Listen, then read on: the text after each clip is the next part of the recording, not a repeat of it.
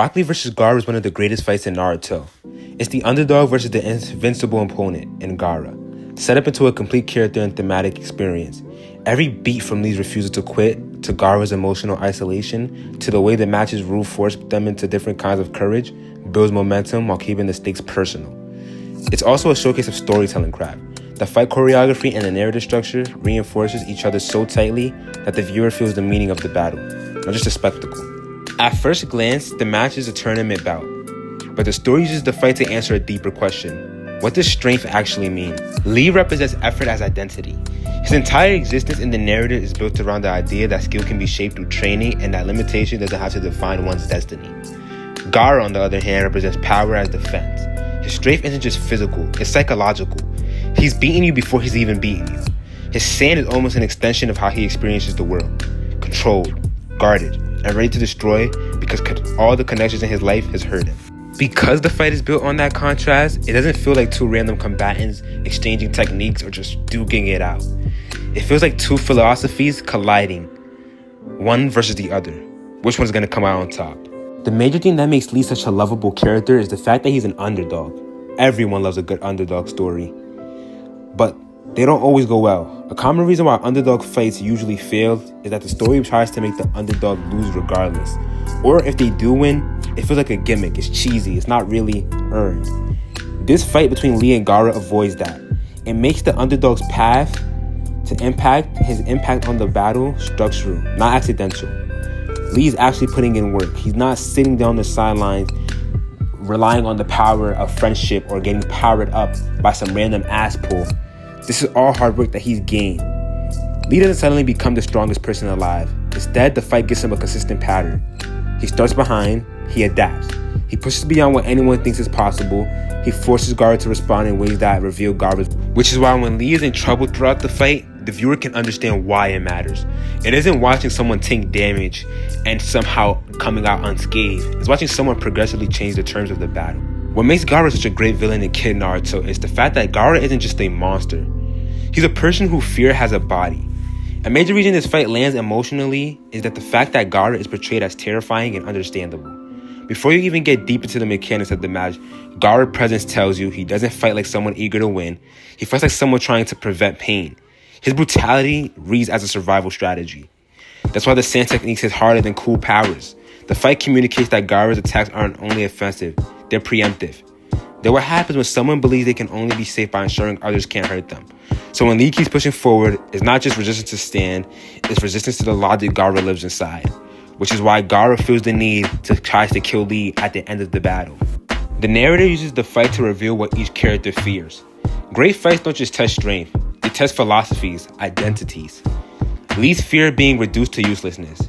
Lee's whole situation comes into it with a constant threat. The world treats his limitation like proof that he doesn't belong. The fight is Lee trying to prove in real time that not fitting isn't the same as failing. His refusal to stop becomes more than motivation. It becomes a statement. If you define me by what I can't do, I'll still act like my effort is real.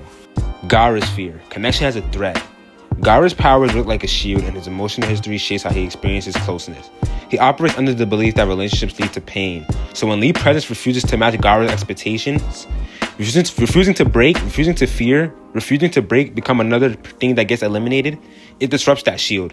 Gaara is so used to immediately one-tapping his opponents, getting rid of them in a single instance, that when he fights Lee, an unmovable force, he doesn't know what to do. This is why the fight feels tense even in moments that look purely tactical. The viewer senses that something inside Gaara is cracking, not because the stand stops working, but because Lee's persistence doesn't match Gaara's mental. The fight choreography communicates emotion, not just motion.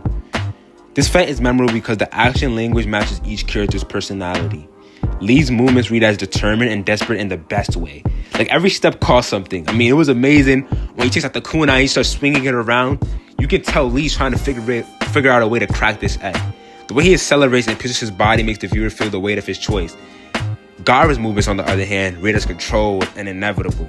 Even when he changes tactics, he often feels like he's executing inevitability rather than improvising, like Lee. The contrast means the fight visual rhythm is storytelling. The audience doesn't need a dialogue to understand who's improvising through hardship and who's acting from a hardened emotional baseline. Who's the naturally gifted person and who's the guy who's using hard work and determination to push through. The rules of the match become metaphors. The match structure helps the story keep escalating logically. As the fight develops, techniques don't just do damage. They test boundaries. You can think of it like this. Gaara tries to win by opposing safety through destruction, whereas Lee tries to win by turning effort into a weapon. That's why the battle feels like it's getting more meaningful as it goes on. Each new phase focuses the character into a new, deeper confrontation with their core beliefs. A huge reason why the fight is so beloved is that the turning point isn't a random twist. It's a payoff to earlier themes. Lee's growth during the fight is more than physical. It's narrative momentum. At first, Lee's plan and endurance can't overwhelm Gaara's scale. Then Lee's continued pressure starts forcing Gaara to react rather than simply dominate. Finally, Lee's performance communicates something Gaara doesn't want to face, that someone can keep choosing to reach outward even after being confronted by overwhelming power and not giving up. When Lee begins to achieve what seems impossible, the audience doesn't just feel excitement. They feel relief that the story's philosophy is being proven through action, not just words. The fight's emotional peak hits because it's not only about winning. What makes the fight so great rather than merely cool is that it resolves on an emotional level.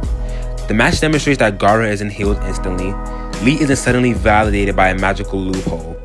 The fight instead creates a moment of recognition, proof of concept that Gaara's worldview is not the only possible reality, and that Lee's identity is not a mistake. That kind of resolution is rare. The story doesn't pretend pain disappears. It's just something harder, the beginning of change. Ultimately, Rock Lee vs. Gaara is great because it doesn't treat combat as random excitement. It uses combat as the final draft of everything the series has been trying to say about strength, identity, and connection. Lee's determination is made concrete through escalating cost and adaptation, while Gaara's menace is made human through psychological logic. The result is a fight where every punch, feint, and pause carries meaning, and that's exactly why it stays memorable long after the credits. Okay, YouTube, that was my first ever video on this new channel. I'm gonna keep on making videos like this, explaining characters, doing character breakdowns, and things like that. But yeah, just let me know what you guys want to see. Try to get this video to at least 100 views. And yeah, keep on making videos. Hope y'all have a great day, and peace.